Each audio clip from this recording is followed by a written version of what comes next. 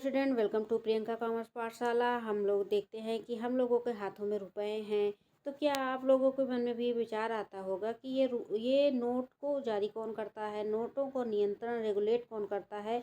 तो ये एक केंद्रीय बैंक, किसी भी देश की जो केंद्रीय बैंक होती है वो नोटों का निर्गमन और नोटों को का नियंत्रण करती है। तो हम भारत की जो है जो केंद्रीय बैंक है वो भारतीय रिजर्व बैंक ऑफ इंडिया है, भारतीय रिजर्व बैंक है। तो आज हम लोग चर्चा करेंगे भारतीय रिजर्व बैंक के बारे में। तो सबसे पहले ये जानेंगे कि जो भारतीय रिजर्व बैंक है ये एक केंद्रीय बैंक के रूप में कार्य करता है, सेंट्रल बैंक होता है। सारे बैंकों का नियंत्रण, रेगुलेशन सब कुछ यही करता है। ये सब बैंकों का दारोमदार भारतीय रिजर्व बैंक के ऊपर ही है। लेकिन क्या भारतीय रिजर्व बैंक शुरू से ही था? नहीं, इसकी सिफारिश सबसे पहले हिल्टन यंग आयोग ने की थी। तो इसी के सिफारिश के आधार पर आरबीआई का एक्ट आया। पहले आरबीआई का जो है स्थापना नहीं हुई, पहले आरबीआई का एक्ट आया 1934 में, और फिर जाके 1 अप्रैल 1935 को रिजर्व बैंक की स्थापना हुई। लेकिन तब इसकी स्थापना भारतीय सरकार ने नहीं की थी, ये एक निजी बैंक के रूप में स्थापित किया गया था। पहले जो है भारतीय रिजर्व बैंक जब स्थापित हुआ था वो एक निजी बैंक के रूप में स्थापित था, लेकिन बाद में इसका राष्ट्रीयकरण हुआ। बाद में इसका राष्ट्रीयकरण 1 जनवरी 1949 को हुआ है। बाद में इसका राष्ट्रीयकरण 1 जनवरी 1949 को हुआ। जो इसका पहले मुख्यालय कोलकाता में था, लेकिन 1937 में जाके इसका मुख्यालय मुंबई में किया गया। और इसके 4 क्षेत्रीय कार्यालय हैं, दिल्ली, मुंबई, चेन्नई, कोलकाता, और उसके 19 उप क्षेत्रीय कार्यालय भी हैं। और सबसे बड़ी बात है कि अकाउंटिंग वर्ष और फाइनेंशियल ईयर में इसमें अंतर है। इसका जो अकाउंटिंग ईयर है वो 1 जुलाई 1930 को है, लेकिन जो इसका फाइनेंशियल ईयर होता है वो 1 अप्रैल से 31 मार्च को माना जाता है। और क्या भारतीय रिजर्व बैंक हमेशा से सिर्फ इंडिया के लिए ही काम करता रहा? नहीं, क्योंकि ये भारत के विभाजन से पहले भी स्थापित था। तो जब भारत का विभाजन हुआ तो ये कुछ दिन तक पाकिस्तान के बैंक के रूप में भी काम करता रहा, पाकिस्तान के केंद्रीय बैंक के रूप में, और म्यांमार के केंद्रीय बैंक के रूप में ये काम करता रहा।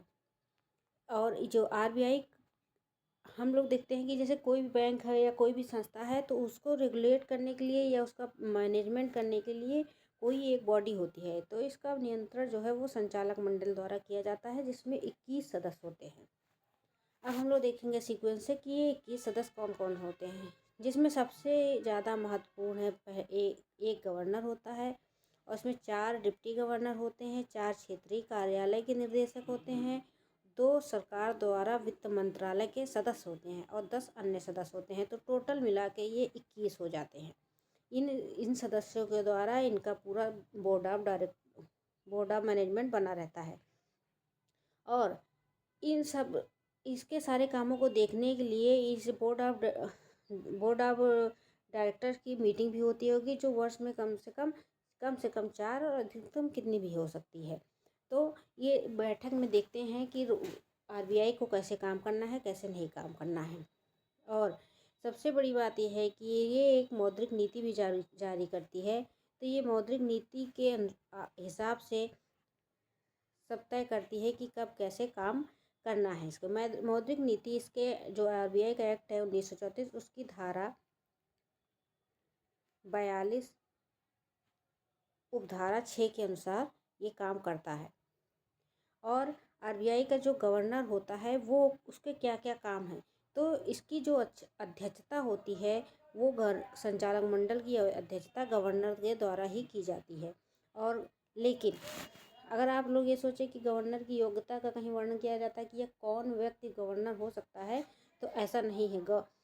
किसी भी एक्ट में गवर्नर की योग्यता का वर्णन नहीं किया जाता है। जिसको भारत सरकार योग्य समझती है उसको वो नियुक्त कर सकती है, और इसकी नियुक्ति भी भारत के सरकार द्वारा की जाती है, जिसका कार्यकाल 3 वर्ष होता है, लेकिन सरकार द्वारा इसे बढ़ाया भी जा सकता है। बीओडी की अध्यक्षता करता है। प्रथम गवर्नर जो है इसके थे सर ऑसबॉर्न स्मिथ। यहाँ पे हम लिखना भूल गए हैं, तो इसको लिखेंगे सर ऑसबॉर्न स्मिथ। और प्रथम भारतीय गवर्नर जो थे वो थे CD देशमुख, जो कि राष्ट्रीयकरण के समय यही गवर्नर थे। और वर्तमान में 26वें गवर्नर हैं डॉक्टर संजय मल्होत्रा। संजय मल्होत्रा।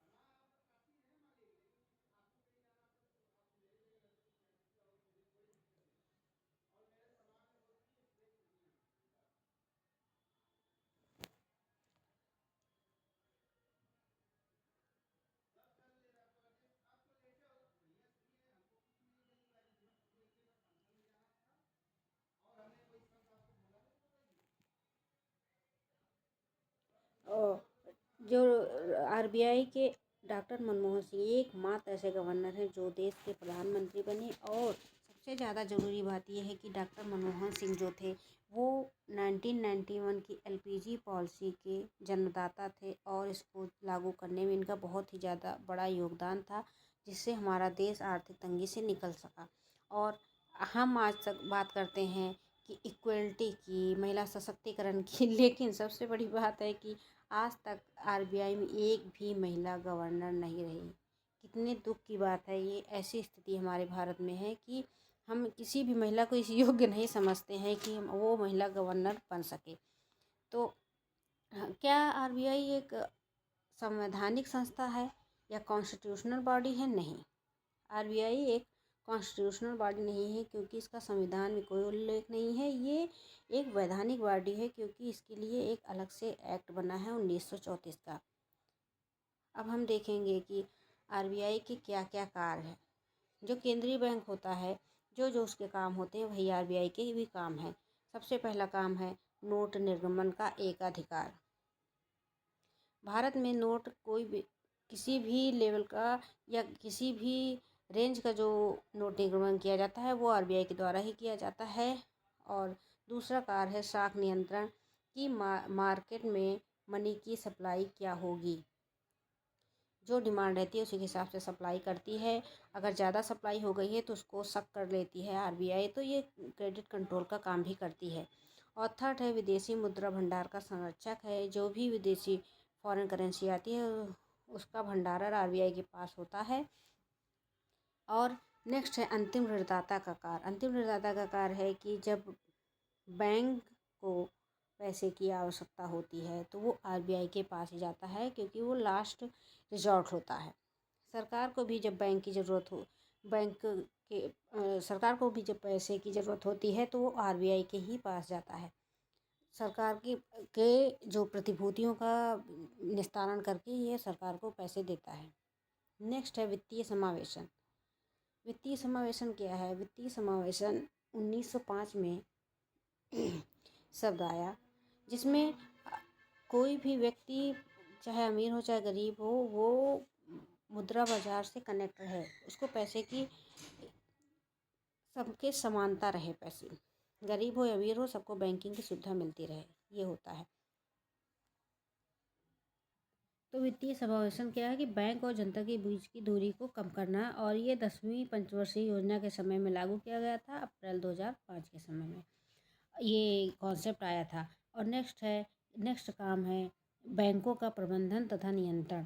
मतलब जितने भी कॉमर्शियल बैंक या जितने भी NBFC जो भी चल रहे हैं, सबको ये रेगुलेट करता है और मैनेजमेंट इसका संभालता है। लास्ट वर्क है कि बैंकों को लाइसेंस देने का भी काम करता है।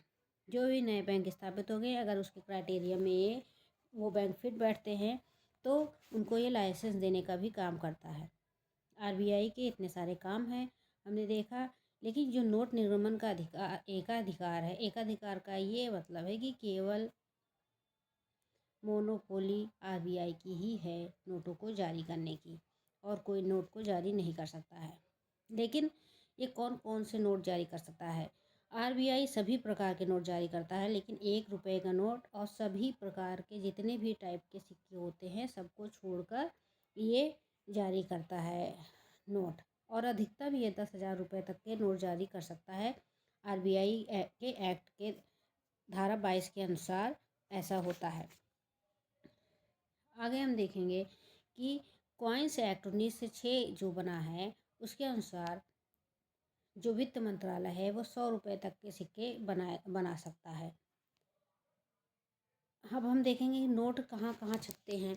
आरबीआई जो नोट का एक अधिकार है निर्गमन का, तो आरबीआई की प्रिंटिंग प्रेस कहाँ कहाँ है। पहला तो है इसका नासिक महाराष्ट्र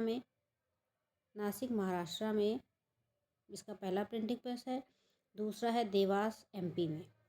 तो नासिक और देवास वाला जो है ये भारत सरकार के अंतर्गत आता है, और आप इसको ऐसे याद कर सकते हैं, एमपी और महाराष्ट्र दोनों एमएम वाला भारत सरकार के अंतर्गत है।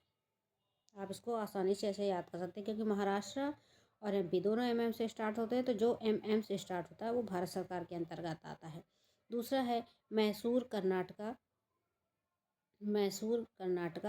शाहबोनी पश्चिम बंगाल।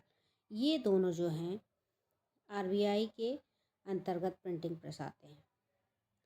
और वर्तमान में 9 श्रेणियों में नोट की छपाई हो रही है। वर्तमान में 9 श्रेणियों में नोट की छपाई हो रही है। पहले क्या है, अधिकतम कोष प्रणाली चलती थी। आज के समय में क्या है कि न्यूनतम मतलब अधिकतम नहीं, आनुपातिक कोष प्रणाली पहले चलती थी। अक्टूबर 1957 से क्या हुआ कि न्यूनतम कोष प्रणाली चालू हो गई है, जिसमें 200 करोड़ रुपए का भंडारण रखा जाता है। इसमें से 115 करोड़ गोल्ड का, 115 गोल्ड का और 85 जो है वो विदेशी प्रतिभूतियों का, जिसको सिक्योरिटीज भी कहते हैं, उसका होता है। और सबसे बड़ी बात है कि जो भी नोट होते हैं वो वचनबद्ध होते हैं। अब इसको आप कैसे पहचानेंगे कि वचनबद्ध होते हैं। आपने देखा हो, आप कोई भी नोट लीजिए, 10, 50, 100 कोई भी आप नोट लीजिए, उसमें लिखिए, लिखा रहता है कि जो गवर्नर है आपको इतना रुपए देने के लिए वचनबद्ध है, लिखा रहता है ना। वो उतनी गारंटी देता है कि आपको इतना रुपए उसके नोट में इतना रुपए देने का वचनबद्ध होता है, और नीचे जो है वो गवर्नर की सिग्नेचर भी होती है। आप देखेंगे जैसे और सारे जो बैंक्स हैं हमारे यहाँ, चाहे वो कमर्शियल बैंक हो या कोई भी बैंक हो, तो उसके फॉरेन की भी कई ब्रांचेज हैं। तो क्या आरबीआई की भी कोई ब्रांच नहीं? आरबीआई की कोई भी विदेशी ब्रांच नहीं है। आरबीआई वन एंड ओनली एक ही है। इसका कोई भी फॉरेन के, अब किसी भी देश में कोई ब्रांच नहीं है। आशा करते हैं आरबीआई के बारे में आपको सारी जानकारी मिल गई होगी। अगर आपको इससे रिलेटेड कोई भी कन्फ्यूजन है या डाउट है तो प्लीज़ हाँ कमेंट कीजिए, और टेलीग्राम चैनल ज्वाइन कीजिए। Thank you.